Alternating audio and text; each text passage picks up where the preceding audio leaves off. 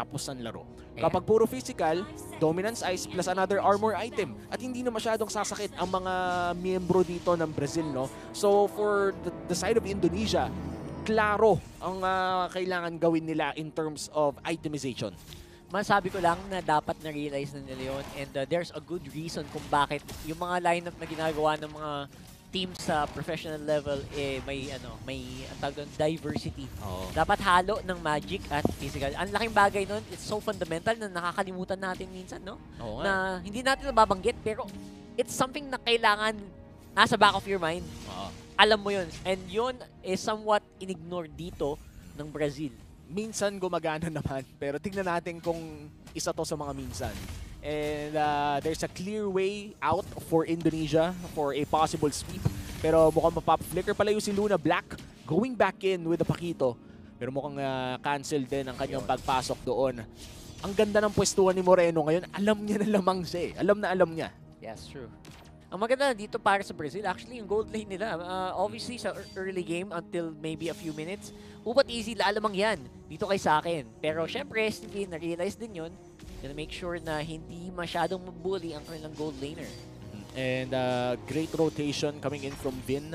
Iyan ang isa sa mga magaganda naman kapag may Atlas ka. The sheer pressure of having that flying squid. Yung makikita mo na wala pa yung katawan, mapapalayo ka na talaga. Pero mukhang papasukin dito si Chorizo, but still, not enough damage na manggagaling kay Buzizio. Pero hirap naman sabihin, baka pa gagayahin ko na si Manjin. Nakagutom yung akala mamaya pagkain na pala yung sinasabi mo, hindi pa natin alam. Kaya nga, si Chorizo. Tsaka si Buzizio. Parehas parang chorizo eh. Buti na lang, bagong kain ako bago pa sumalang dito. Pero mukhang sino kaya ang unang kakain dito with the first turtle? Bagong kain, si sa akin. Tama, yan. Kaya ganado. Habang tumatagal, mas lalo tayong bumababa ang brain cells natin. Tama. Pero bumababa na rin ang HP ng pagong dito. Ako Pero po. Buzizio, hindi tatama ang Praisers Wrath. Retry is secured by the side of Brazil. Alam naman natin na kahit hindi tumama ang Praisers Wrath, basta tumama ang Luminum Blast ay may double kill na si Black. That's a 2-0 for our kill score and a 2-0 Pakito as well in the early game. Super Syndra. Ano hindi ko napansin to Siya ay Novaria pala. Ay, parang iba yung nakita ko kanina. Parang promise iba yung nakita ko kanina. Nakita ko kanina. Promise, Arlott yung nakita ko kanina. Ako din. Kumain naman tayo. Kumain naman tayo. Legit. Nagkape naman tayo. Oh my God. Okay. Guys, please, i-comment nyo naman kung parehas tayo nakita. Ayun na. Comment nyo, itag nyo kami. Hindi ko alam eh. Nag-hallucinate na ba tayo dito? Parang kanino pa tayo armor stacking. Meron mo palang Novaria. Hallucination. Kung may TZ Nation, merong hallucination. Tayo yun. Super Ken. Nawala sa Galaxy. Nabibigyan yung early game ngayon. Nung biglang lumabas yung nag-transform. Nung nag-transform itong si Arlott na naging Novaria, parang gumanda bigla yung early game nila. Kasi si Black, automatic yan. Automatic ka pa. Kailangan mo na tama. Matik yan, ang lakas yan. Legit. Sa early game. Pero kung may may Astra Recall na pwedeng tumama sa'yo na mahawal sa mga low HP members ng Indonesia. It's a good combo. It is. And honestly speaking, meron ka ng pang-kontra sa isang sa isang Melissa. Kasi ang pinag-uusapan talaga natin kanina, range damage dealer. And sino ba ang isa sa mga pinakasikat na range damage dealer ngayon? It's the Novaria. And kung lalapagan ka ng Astral Echo, ang hirap kaya nun, yung nagtatago kayong 5 tapos biglang may boboso sa inyong alien. Naku, hindi biro yun. And AoE pa yan, so hindi lang isang tao tinatamaan yan. So, ito na. I think Indonesia, sawa na silang makipagbakbakan sila ngayon ng una. Retribution, Buzizio pa rin. Ang lalamang, Super Ken. 0-2 na sa 50-50. 3-0 na rin. No, make it 4-0 ang ating kill score. Pero mukhang makakanakap ng isa. Si Chorizo babalik ng bahagya. Still, Brazil with a good lead against Indonesia. Parang hindi sila natalo ng game mo. Kaya nga, parang Hindi naman sila nagpapasindak, boy. Hindi mo papasindak eh. Oo. Kayo naman. Pinapaganda lang Dokyo eh. Sinasabi nyo agad na aurahan. Ayan, aurahan din natin ang Indo.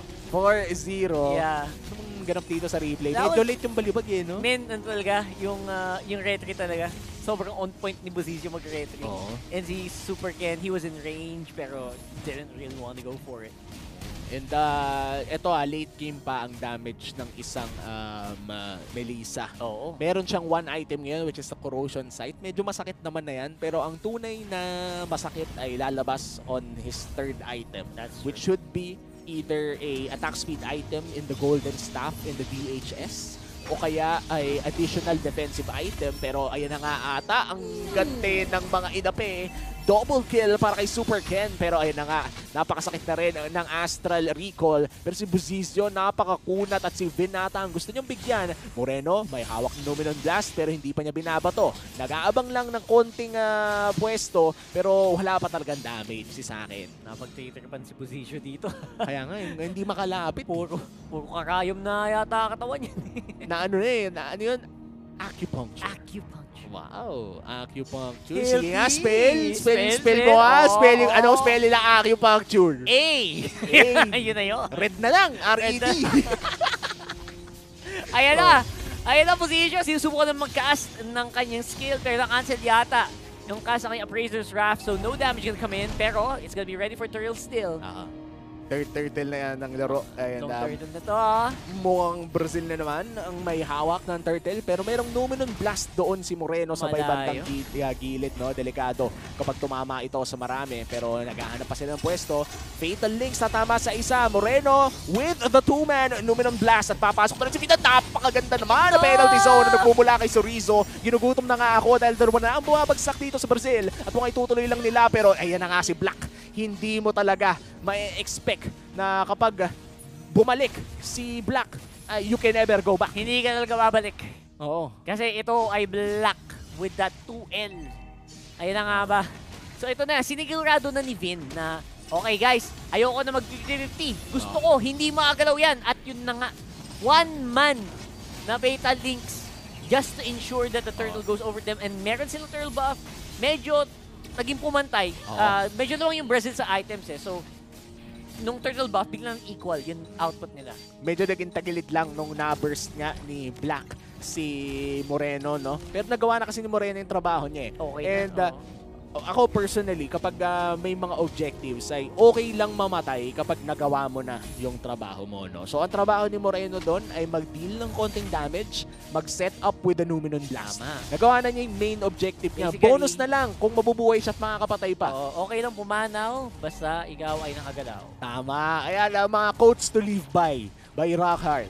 Na, okay, ano yun? Okay lang pumanaw. Basta ikaw ay nakagalaw. Tapos, meron din akong sariling words to live by eh. Ano ba yan? Tama man ang iyong hindi, nakalimutan ko na to eh. Alam ko, alala ko rin eh, pero nakalimutan ko na eh. Mamaya remind mo na lang ako kasi sige. busy pa tong mga players natin na mukhang paglalabanan nila ang pinakaunang Lord. Tama man ang iyong... Ano yun? Nakalimutan. Legit Kaya nakalimutan ko ko yun. na eh. Legit nakalimutan ko Dulo na ng rin eh. dila, dulo ng Sayang. dila. Dulo ng dila. Hahanapin natin yun Mamaya. May Google natin. isang match pa naman. Oh, and Tama man yung pananaw, hindi mo kailangan isigaw. mga Parang ganon, ganon, malapit parang sa ganon. ganon. Malapit sa ganon. Kasi, Words of ano yun? Words of wisdom ni Omi. yung mga tipo na may mga bagay talaga na kailangan ay hindi mo na na kailangan pinaglaban pa. Oo. So, ang tanong dito ay ipaglalaban kaya ng Indonesia ang Lord dito na may 1,000 kalamangan ng Brazil. 1K lang naman eh. Pag tumipi ka kasi, panindigan mo, Oo. boy. Feeling mo, mas malakas ka, di ba? Umall-chat ka na ng good game. Tumipi ka na't lahat. Oo. Abante mo na yan. Yun yung mga players na masasama ugali. Yung may ginawa, nagkamali ka na nga, biglang magpiping pa ng good game. Good game. Thank you. Thank you. Uy, Flicker. Uy, nasan yung mga... Si Bin. Ay, Bin. Oy. Ay, pero may Luminous Blast Patay ulit. ang Si Moreno. Conceal ay Conceal, don't nagamit. feel. No, let them show. Manono kaya There nila? they go. Oh, Lord, sino makakapag-secure ng Lord? At mukhang si Bozizio na naman na makakakuha pero nakapagandang penalty zone doon sa may bandang likod. That's a shutdown on Black. Nag-iinit na dito ang Melissa at si Sakin yun. Pero mukhang makakaganti sila kay Vin dahil makaka 1 for 1. It's Vin for Black. Ay, nako, pag 50-50 talaga si Super Ken. Oh, so, Ay, super ka talaga. ang ganda ng retribution dito, no? Maganda. Ni Bozizio. Again, that's how many? Sobrang consistent niya, nakakainis. Si Sakin naman, okay, nice effort from Sakin actually. Pero the moment na tinamaan siya ng recall, alam niyang hindi na pwede. Oo, hindi So na at pwede least may disiplina pa rin naman yung Indonesia. They're not really completely driven by their ego, di ba? Na hindi yung pipilitin na pumorward kung ikaw ay tagilid. And late game pa talaga natin, no, makikita ang isang Melissa. And so far, Indonesia medyo tagilid just by 3,000 gold. And dito natin makikita ang improvement talaga ng Brazil. Dahil usually, no, nasasanay tayo kung sino yung nanalo ng Game 1 ay medyo hindi na nakakapalag yung kalaban nila ng Game 2. Pero mukhang hindi na nayayanig ang Brazil. Walang aura-aura sa kanila dahil ngayon sila ang nakakalamang. In fact, from early to mid-game, ay lamang ang Brazil against Indonesia. Kung sakaling mag-Game 3 to, it will only be the third time na nagkaroon ng Game 3 sa buong tournament na to. Oo, tas dalawa doon sa'yo. Dalawa pa doon. Well, you know, It is what it is. It is what it is, and it's a coincidence. Coincidence. Tapos coincidence din na lahat ng mga aabutin ng next day Philippine time ay nandito si Shantel. Ay, oo. Ito ay mga bagay na inaakala lamang ng mga karamihan. Mga haka-haka. Haka-haka. Tama, kaibigan. Ngunit wala itong basihan. Walang basahan na scientifico. Kung pawang pakiramdaman lamang. Pakiramdaman lamang. Oo, diba?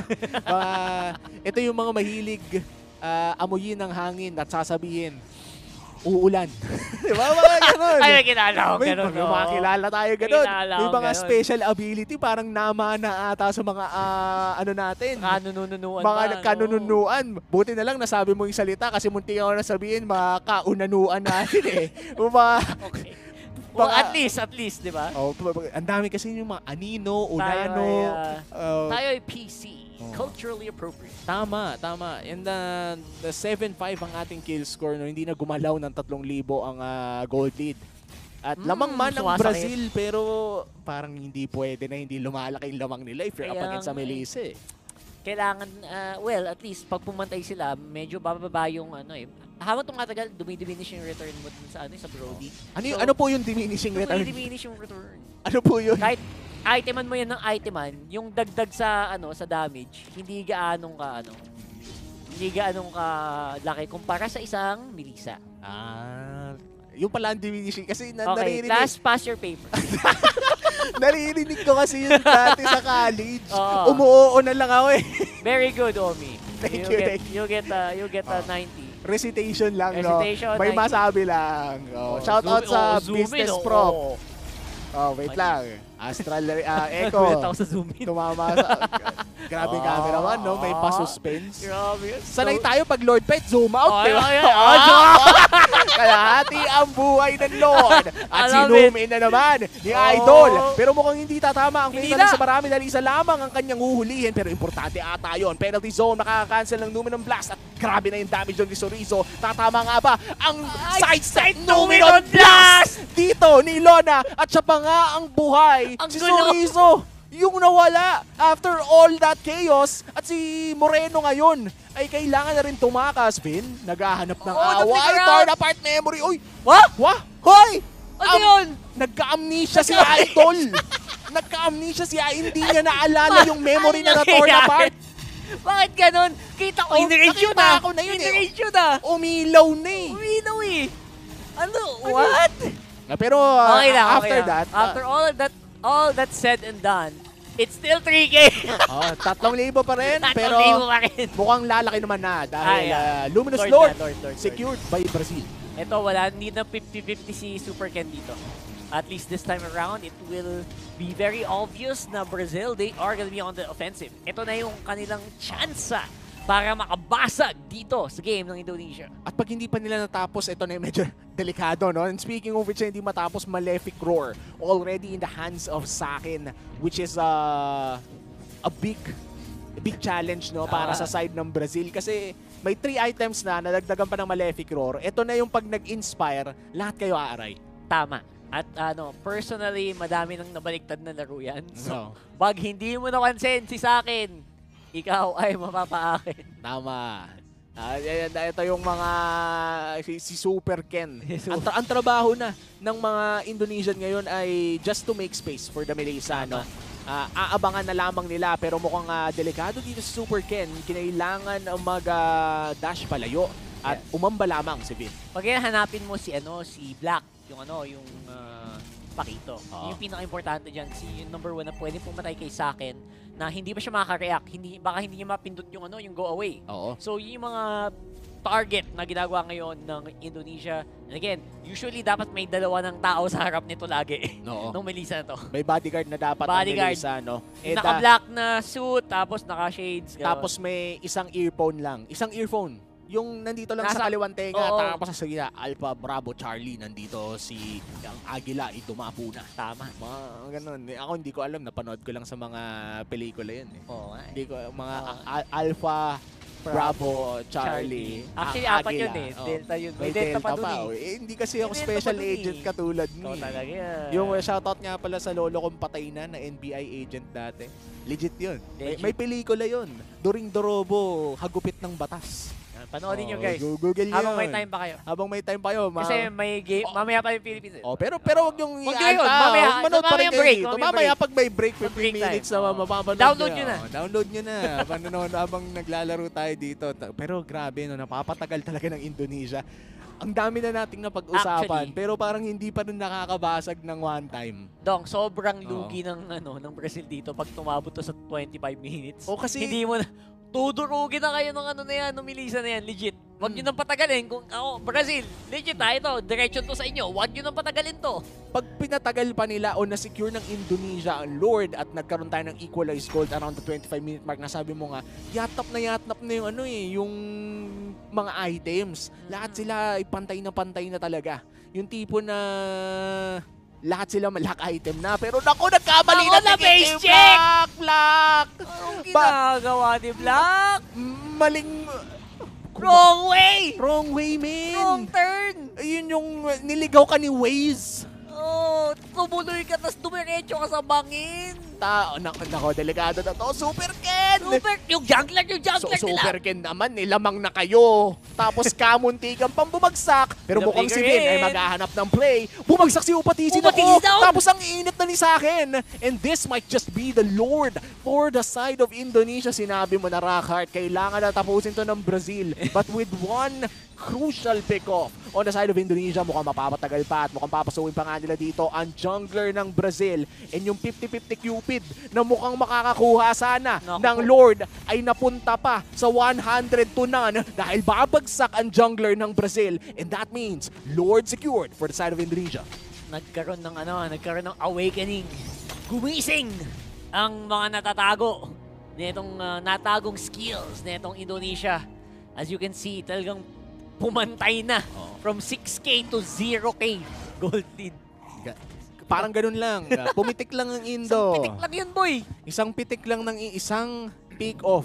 Biruin mo, men. Kung ako si Black, maaalala ko yon. Magigising ako sa kalagitnaan ng aking mahimbing na pagtulog. Bakit ako pumunta ito yung sa mga, bus na yun? ito yung mga nag-edit na yung black and white na.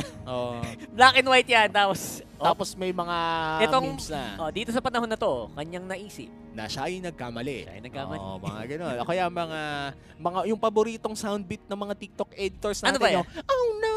Oh no, no, no, no! Itigil nyo na, huwag nyo na gamitin yun. Tsaka yung directed by Robert Wild. Tigilan nyo na yun. 2023 na. Tatlong taon na natin ginagamit yung meme na yun, guys. Yung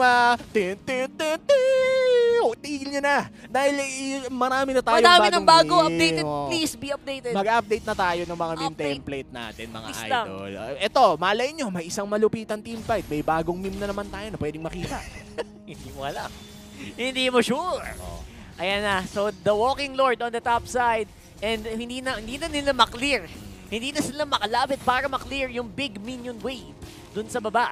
Nakaisa na nga na inhibitor turret ang side ng Indonesia. At mukhang makakaisa pa sila dito sa may bandang itaas. At papasukin na nga dito ni Black muli pero hindi niya mapipigilan si Super Ken. Papasok na nga ba dito ang side ng Indonesia? Fatal Links onto 2 at bigla na lamang nawala si Buzizio at tinutuloy lamang ng Indonesia ang pag-atake at yung go away ay nakakabili nga ng oras. That's a double kill for the Melissa pero buhay na nga rin si Upatisi. Luminon Blast makakakas dito ni Moreno pero hindi tatama kahit kanino. Kalahati na ang buhay ng Crystal dito at itutuloy na lamang ng Indonesia because that's gonna be the Indonesian sweep in round